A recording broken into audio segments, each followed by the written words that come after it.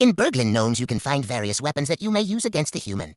But beware, there may be consequences. I picked up a stranger's phone and accidentally got involved in a crime. I found the phone on the sidewalk outside my apartment. Cracked screen, no case, no lock. It was buzzing like it had something urgent to say. I picked it up because I'm not a monster. The first text I saw was, "Did you do it?" Before I could process anything, the phone rang. I answered because at this point I was too curious. A guy whispered, "You weren't followed, right?" I said, you have the wrong person." There was a long pause. Then he said, "This isn't funny." I agreed and hung up. At this point, I should have powered the phone off and walked it straight to the police station. Instead, I did what any reasonable person does at midnight. I scrolled.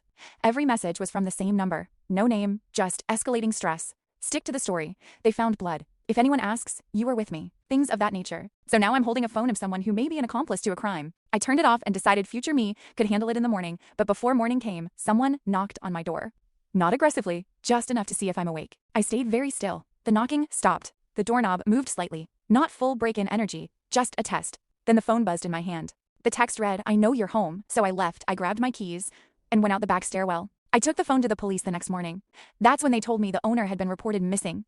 The guy texting him had already told police he'd spent the entire night with his friend. Which was apparently true until I answered the phone. The detective looked at me and said, "You basically ruined his alibi." I apologized. I don't know to whom. A few days later, the guy who knocked on my door was arrested. The phone's owner was found shortly after. He didn't make it. I still think about how close I came to leaving that phone on the ground.